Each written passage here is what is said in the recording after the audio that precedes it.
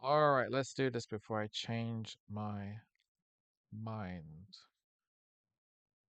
Silver, new historic high, not surprisingly. According to goldprice.org, the historic high was 64.31. Stock charts have it at 63.63, but I think stock charts is I think it's an end of day quote, but I think that pin is around 2 o'clock in the afternoon. So it's wrong, I think. Pretty sure. Also, you know, anyway, whatever you want to call the high, it was a new historic high. So we got silver 63, 64s, and there's no sign of it stopping.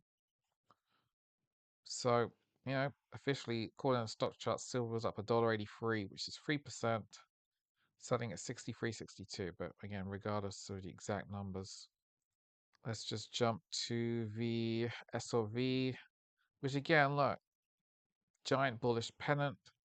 It's plain again. The size of the pennant is so big, spanning what better part of you know at least a month and a half from there to there, right? So you could probably say the pennant is suggestive of 2 to 3 months of upside starting from December. So the pennant is suggesting that maybe at least mid-January at minimum, probably most of February and a bit of March, just broadly up, right? Little sporadic retraces. I mean, SLV, first support, 10 of May, 63.62. Correction, that's 53.62, which is $4 down exactly. So we could drop $4 and would only test first support. I don't even think we're going to do that. Yes, RSI 78 is overbought, but again, that can remain the case for weeks. If you look at a narrower time frame, the hourly structure is a baby bull flag. The 1 o'clock candle is a bearish engulfing candle, which did play out. See, we're putting in lower lows here. So you got to think we could easily tag red gap on Friday, you know, 55, correction, 56.50-ish, somewhere around there. The lower Bollinger on an hourly does offer as low as purple gap, but that's going to be coming up. And you got to think, I struggle to see anything below. I mean, yeah, anything below 55 and a half. I mean, really, red gap is probably all we could expect tomorrow, at most. But you do see we have a cyclical rollover from 1 o'clock. And at the current rate, momentum might turn negative by 10 o'clock or 11. But what we could see is, we could see momentum tick down and then just flatline like across Monday. And on Monday, what did we see? Look, just churn. And then off we went again, leaving a gap. And all of this here it's just what I call bullish consolidation, which is much like we've seen in equities across the last week or so. It's just churn, right? So all the bears can manage is sideways chop, which is embarrassingly pathetic, right? That's all they can do. All they can do is churn. What we could see next week is we could just churn sideways for a week. That's possible. But on a weekly chart, look at this. Look at the breakout candle. Last week was up. That's when I got involved again. I'm like, hey, I need to get on this bloody train. And now powering upwards. And yeah, we're overbought on a weekly. But again, the real issue is like, hey, look, when we broke above $50 in October, that was that was the buy signal. So it's kind of incredible. Like silver was 17 3 years ago. Nobody wanted it then. When it broke above this point, it broke above 35. That was your initial warning. Now we're 63, 64s, and hey, I remember, just 2 weeks ago, I was suggesting, hey, look, 70 to 75 by mid-January, and we're well on the way to it. And in theory, this candle is suggestive, but hey, look, even if we cool off $1 or so tomorrow, dollar to $1.25 ish, we should go up again. We should put in higher highs next week, 65, 66, 67. I mean, we could even be doing that tomorrow, but probably not. But so anyway,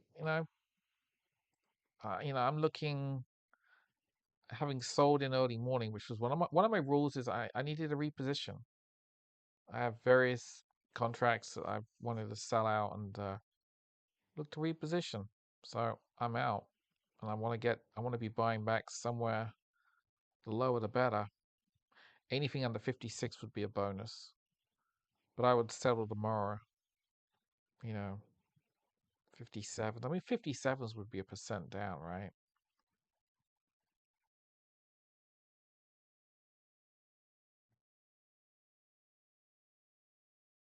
And on a 15-minute cycle, look, a 15-minute cycle, we're already on the low end.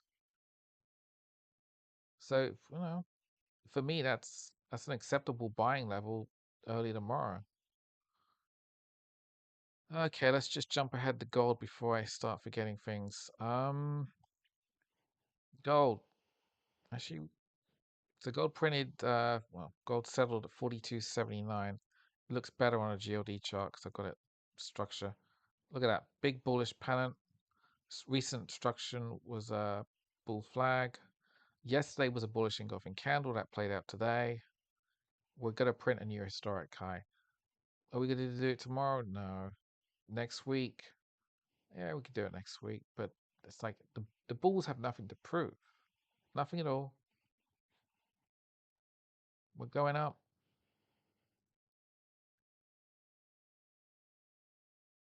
And look at this on a weekly. 10 of May is just like it's where you add or buy.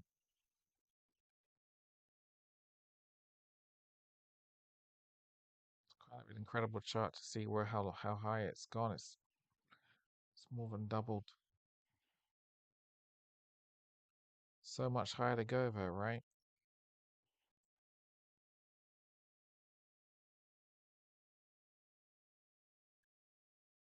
I mean, look, 92 RSI. But what are you supposed to do? You want to short it? I mean, good luck with that.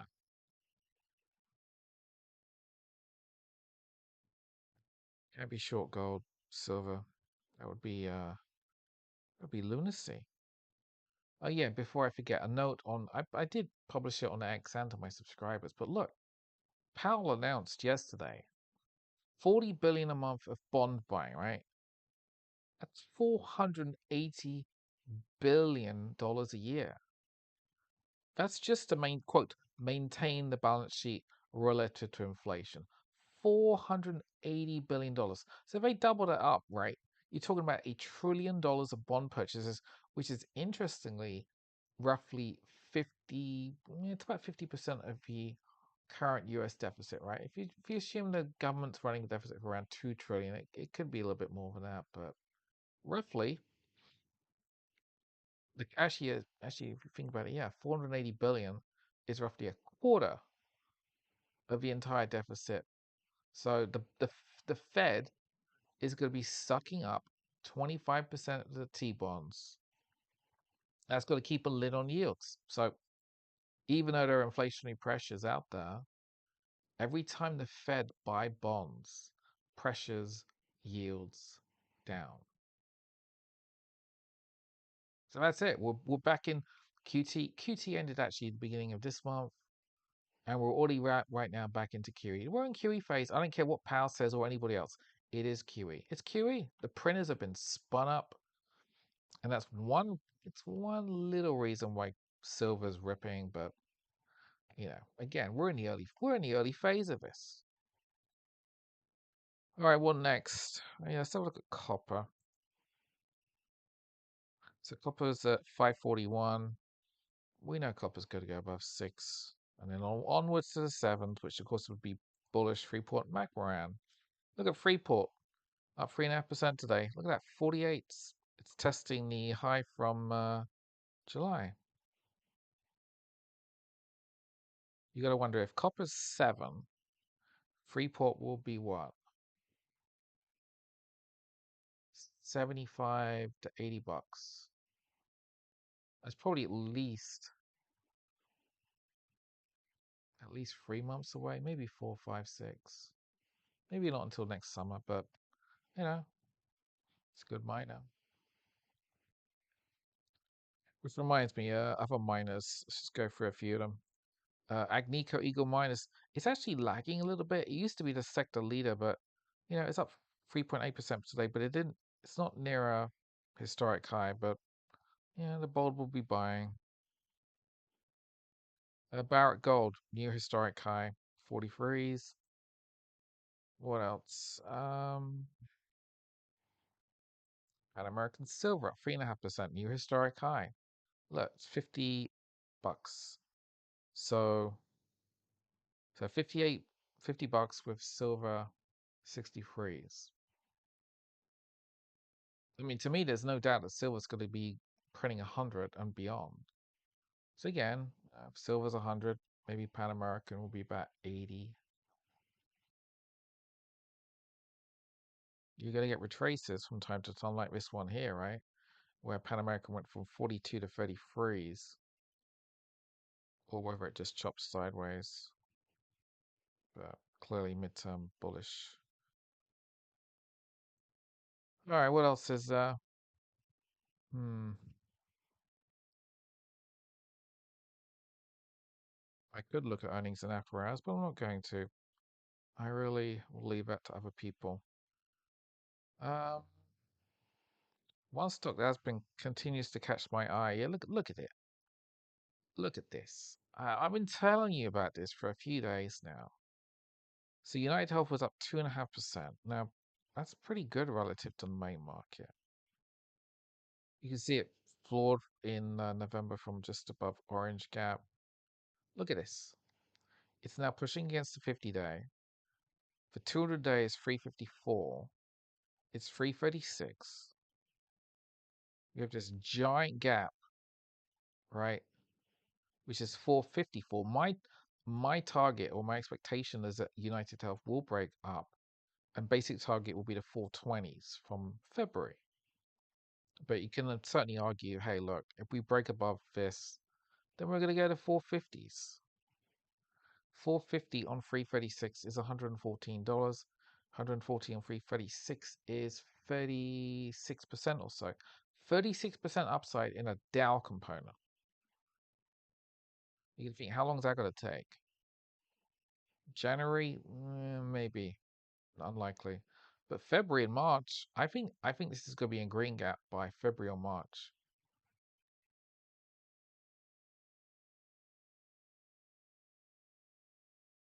I'm considering taking a trade in that. Maybe,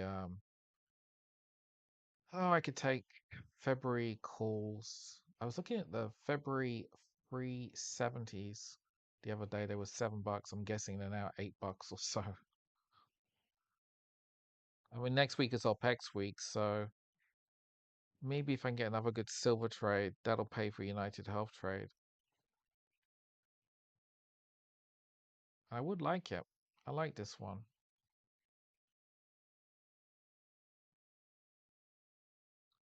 What else? Exxon, not much today. Oh yeah, GDX. Yeah, of course, GDX printed a new historic high, 87.44. Again on a weekly. Look, I mean, look, the structure is very similar to gold and silver, as it should be. So like 2 weeks ago, breakout. Last week was chop. This week, new historic high, bullish engulfing candle. We're going up again next week, right? We're going up again.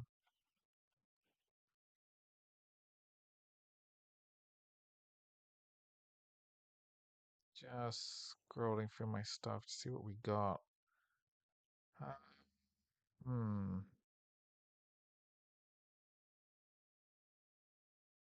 See, let's just flash through the world markets. Dow, new historic high. Germany pushing upwards. Japan, a little bit of cooling, but not so much. Brazil, near historic high, fractionally down right now. Even Russia's clawing up. India, looks like it did print a near historic high, if fractional. China, churning flat, but you could argue it's just consolidating before it pushes upwards again. South Africa, broadly strong. Argentina, new historic high, if cooling back a little bit. Australia, yeah, a little bit of weakness, but that's actually surprising considering commodities.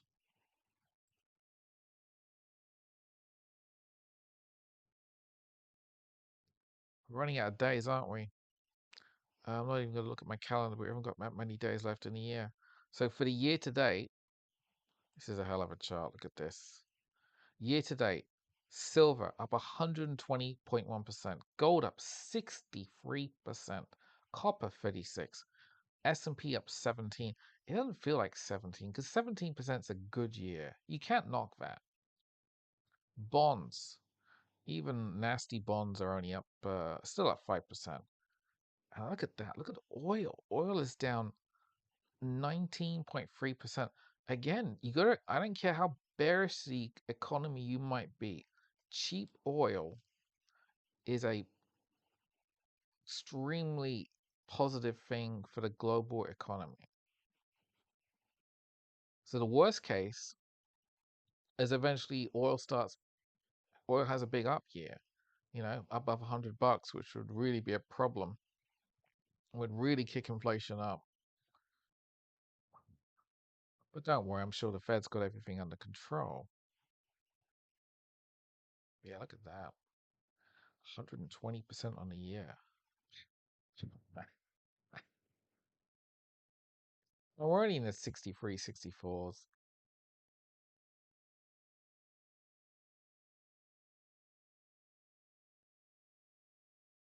Semicons year to date. I mean, yeah, Micron's up 207%.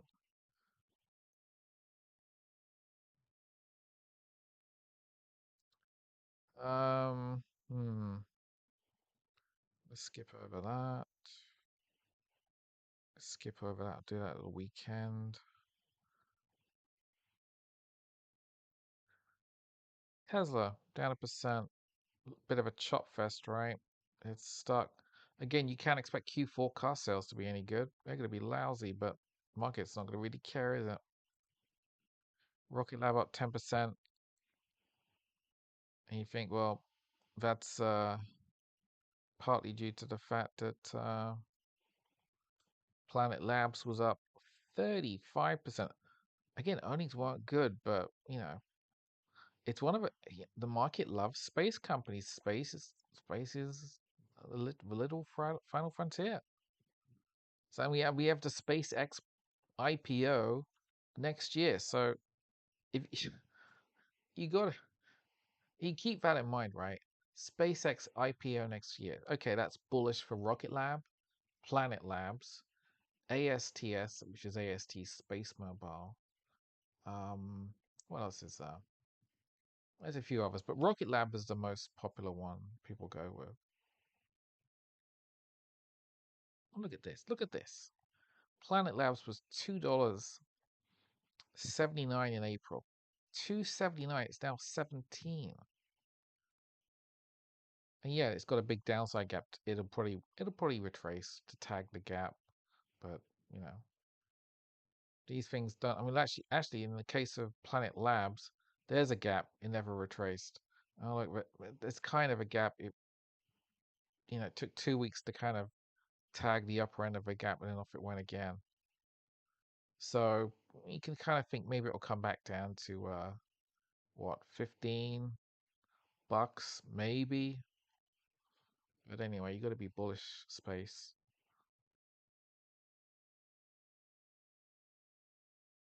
What else is there? Um, there was that story about Amazon today. They're investing $35 billion in India.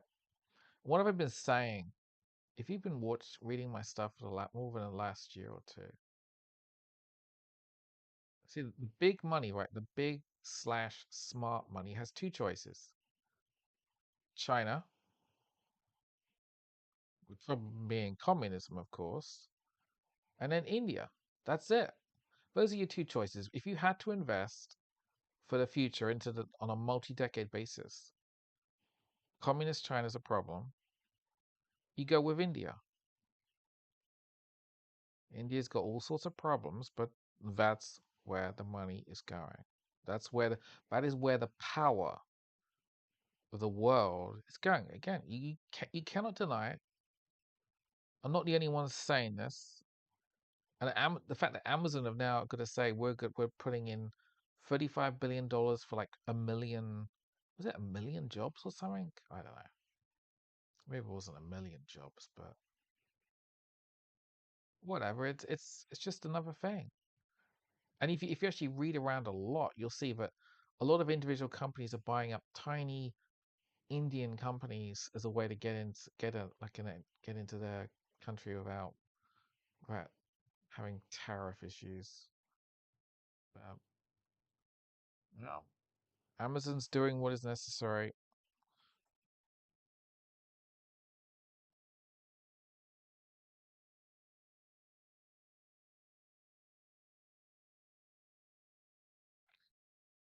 Well, look at Disney. 2.5%, 111's teal gap tagged. And look at where it floored. 101. It's pretty good, right? That, that's that's what you're supposed to do, right? You break up, that gap was filled, and it floored there. That's basic technical analysis. It's just how the market will generally want to tag a gap. Doesn't have to fill it, but it usually wants to tag. I should Whilst we're on Disney, I should check Netflix. What did Netflix do? Okay, Netflix was at 1.5%, closed at 94.09. That's not. It looks like a black candle, but it's not because we closed above the open, which was 93.89. My only concern is that the monthly chart is ugly as hell, and we'll just jump actually to the monthly. Where are you? There you are. Yeah, look at this. Look at this candle. This is not a candle that you buy into. It's kind of a case of if you want to buy Netflix, you got to wait. Is it going to take until January, February to floor? And the natural target is obviously $70. 82 is the April low, but it could come down to 70. That would be an interesting level to buy. But let's go back to the daily and check Warner WBD. Warner Brothers settled fractionally down 29s. And the other one, of course, the other bidder is Paramount PSKY. Paramount was down 4% in the $14.12. Again, I do expect Netflix to counter bid, and I expect Paramount to counter bid that bid. And of course, the higher the bid, the market's going to get very annoyed and think that one of these companies is going to be overpaying. And if I had to guess, I think Paramount are going to win the bid. For what I understand, the regulatory hurdles for Paramount will be far less than for Netflix. And there is concern that Netflix as a streamer are not going to be wanting to do movies the old style way that Warner Brothers still do. If you're a film lover, you want Paramount to win. Remember, Paramount Skydance did the Mission Impossible movies. Good movies. They still do big screen action movies. There's a lot to be said for that. But anyway, these two companies are going to be bidding higher. There's no question on that. What else? I don't think there is anything else, is there? I'll jump to a monthly. And we'll look at that. What are we up? 3, 6, 8, 8 months up. And we're only up 51 points on a month. But look, we're just cruising up. Upper Bollinger, actually, yeah, Upper Bollinger offers, I can't read that, it's too, there we go, 7,005. So we can go up to 7,005 this month. fact, we could do it next week actually. It's more likely after OPEX, but still.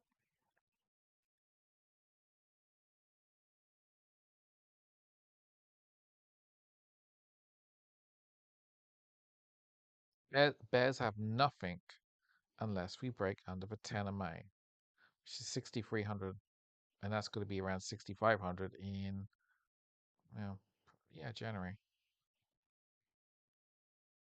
I mean, personally, considering the SpaceX IPO, considering silver, considering the fact that Fed are now doing annual QE of $480 billion, I think the markets could be net higher into September of next year.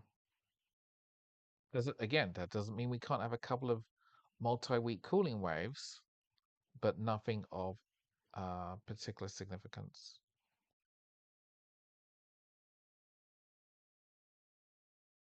That view would be dropped if we go under the 10 of May, but I do not expect that. I mean, just seriously, does anyone really expect we're going to be under 6,500 anytime soon? I mean, come on. I mean, seriously. I mean, again, when I say it, it's like, look, I'm just going to jump right back to the United Health chart. If I'm right about United Health,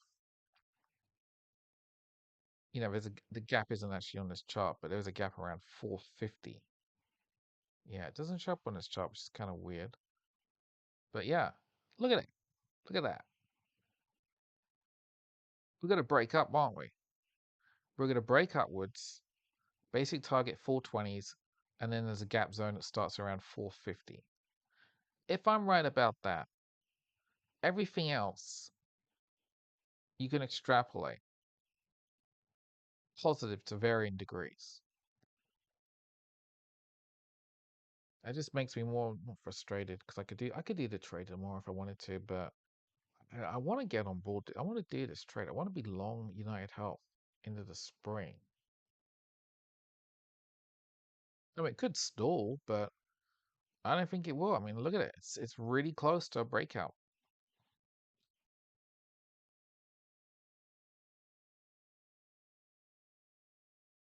Look at the momentum, which floored in what's that, July? Yeah, July, and it's going to turn positive, not in January, but in either probably February or March. And then and once you have positive momentum in February or March, that's going to carry you into the summer, right? And late summer. And yeah, 450. That looks pretty easy now. Again, it's not broken out yet, but it's getting damn close. And the implications of this are profound, but I know most people disagree. I'm not wrong about this. If United Health goes to 450, there's no way in hell the S&P will be net lower. And the Dow, what would the Dow be? What's the Dow right now?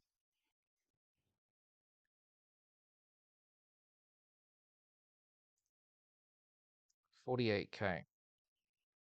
So what are we looking at? 50, 50. I'm thinking about next September.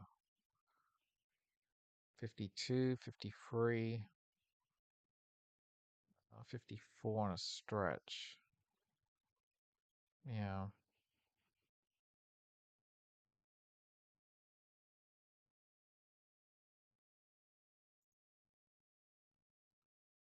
All right. Anything else before I disappear? Um, Other than to reiterate silver, which again, a little cooling wave. That little drop there was kind of interesting. Why did it drop that much in that little period? Why was that?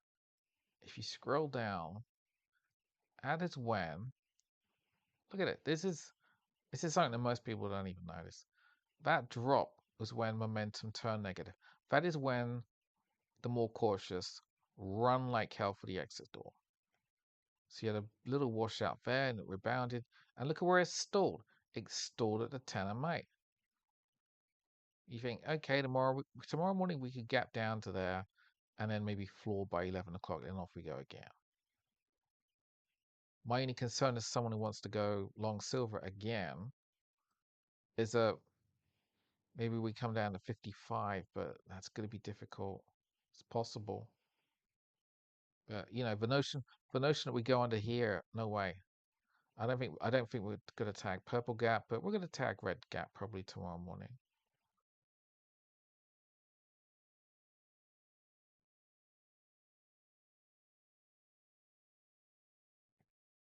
My only concern would be the fact that if you're buying it with momentum here rather than there or there.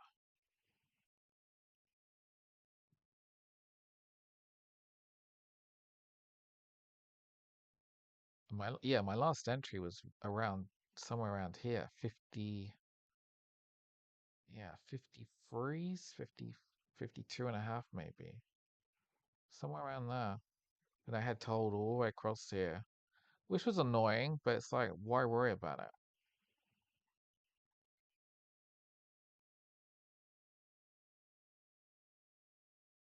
Interesting. So yeah, let's call it a night.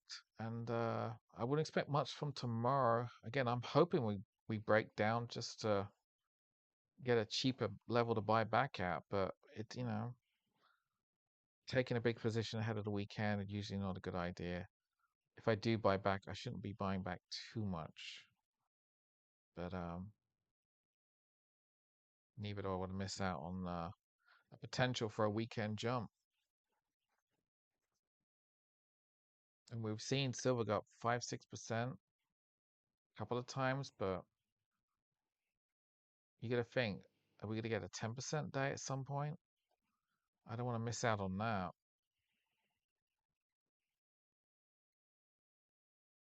Yeah. All right. Well, I wish you a good Friday. Be good.